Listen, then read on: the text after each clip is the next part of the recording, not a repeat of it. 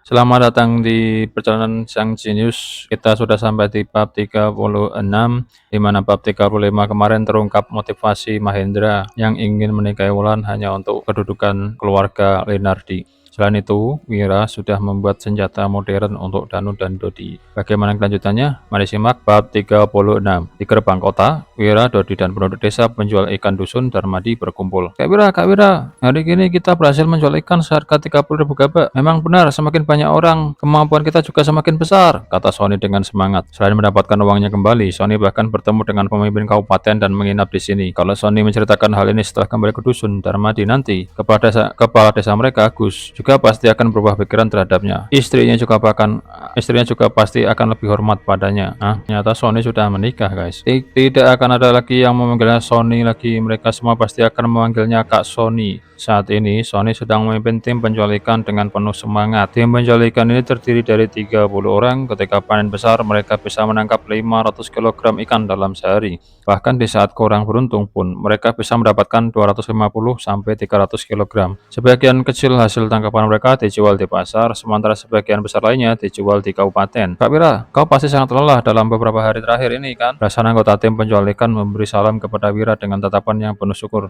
Ya, memang agak sedikit lelah sih, jawab Wira sambil mengangguk. Selama 3 hari terakhir ini, Dodi dan pamannya melakukan pekerjaan berat, sedangkan Wira hanya membantu mereka. Namun, karena kondisi fisiknya yang buruk, dia merasa lelah bahkan saat melakukan pekerjaan ringan sekalipun.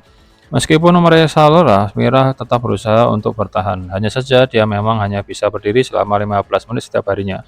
Kondisi fisik Vira ini karena tubuhnya yang sangat lemah, tidak pernah olahraga. Penduduk desa melirik Dodi dan mengedipkan matanya. Dodi, kau juga pasti lelah kan? Ya kenapa? Kalian bisa tahu. Kami berdua sangat lelah selama 3 hari ini tahu. Dodi menjawab dengan wajah yang masih kelelahan. Selama 3 hari terakhir, Dodi menghancurkan batu dan menggerakkan penggilingan. Semua itu adalah pekerjaan yang sangat-sangat berat, sehingga Dodi masih sangat kelelahan sampai sekarang.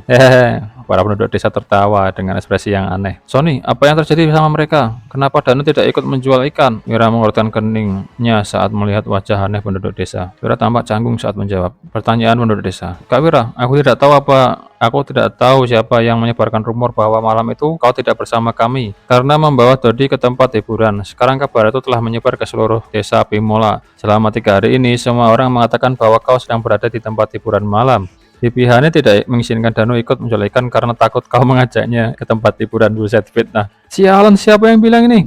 Ingin sekali rasanya Wira berkata kasar. Selama beberapa hari ini dia berusaha keras memperbaiki citranya dan menjadi pria yang lebih baik. Namun kabar dia menghabiskan 3 hari di tempat icikiwir, di tempat hiburan telah menyebar. Citra buruk sebagai pecundang semakin melekat padanya. Apalagi sekarang dia dikenal sebagai orang yang suka foya-foya di tempat hiburan. Dodi langsung merasa panik. Dengar dirinya juga disebut dalam gosip itu. Dodi langsung merasa panik. Aku ini pria sejati. Mana mungkin aku pergi ke tempat hiburan? Alah Dodi, justru karena kamu adalah pria sejati, makanya bisa pergi ke tempat hiburan. Wahahaha. Wira malah bercanda. Kalau wanita yang ke sana baru tidak ada gunanya. Aku saja. Tadi kau sendiri mengatakan bahwa kau dan Wira sangat lelah selama 3 hari ini kan? Kami juga punya istri. Kami mengerti kok, kata anggota tim yang lainnya. Mereka masih membicarakan gosip ini. Coba bayangkan kalau kalian tidak pergi ke tempat hiburan, lalu kemana kalian pergi selama ini 3 hari? Para penduduk desa itu tidak menyerah untuk mencari tahu. Kami Dodi tidak bisa mengatakan alasan sebenarnya karena Wira sedang membuat senjata rahasia. Wira menegaskan bahwa urusan toko besi keluarga Salim tidak boleh diceritakan kepada siapapun. Para warga desa menggelengkan kepala mereka dan tersenyum. Kalau tidak bisa menyebutkan alasannya, berarti mereka memang pergi ke tempat hiburan. Itulah kesimpulan para warga desa. Seperti biasa, Sony melanjutkan. Kak Wira, kabar tentang kamu menangkap Budi telah menyebar di seluruh desa Pemiola loh. Lalu apa dampaknya? Sony, wah dampaknya besar sekali kak. Kak Wira tahu tidak, Budi itu orang seperti apa kan? Ketika warga desa melihatnya, mereka akan ketakutan dan menghindarinya. Bahkan anak-anak saja menangis kalau mendengar namanya. Tapi kau malah berhasil menjebloskannya ke penjara. Sekarang semua orang jadi lebih takut padamu tahu. Sony menambahkan lagi. Oh ya Pak Agus juga. Pak Agus kenapa? Tanya Wira. Setelah mendengar kamu jelaskan Budi ke penjara, dia langsung jatuh. Kepala Sony. Wira langsung berseloroh. Itu pasti karena lantainya licin kan? Kak Wira ini masih ada satu lagi loh. Apa? Kak Wulan juga sudah dengar rumor tentang kamu pergi ke tempat hiburan. Apa? Wira berkata dengan kesal. Brengsek, siapa sih yang nyebarin berita ini? Nanti aku selidiki manusia brengsek mana yang menyebarkan rumor itu. Aku akan langsung menghabisinya. Bodoh sekali kalau aku pergi ke tempat hiburan, padahal aku punya istri secantik Wulan di rumah. part ini lumayan lucu ya, selesai ceritanya. Bab 36 ini ya sekedar intermezzo ya. Wira yang sedang berusaha keras membuat senjata selama 3 hari 3 malam malah difitnah pergi ke tempat Ichkiwir.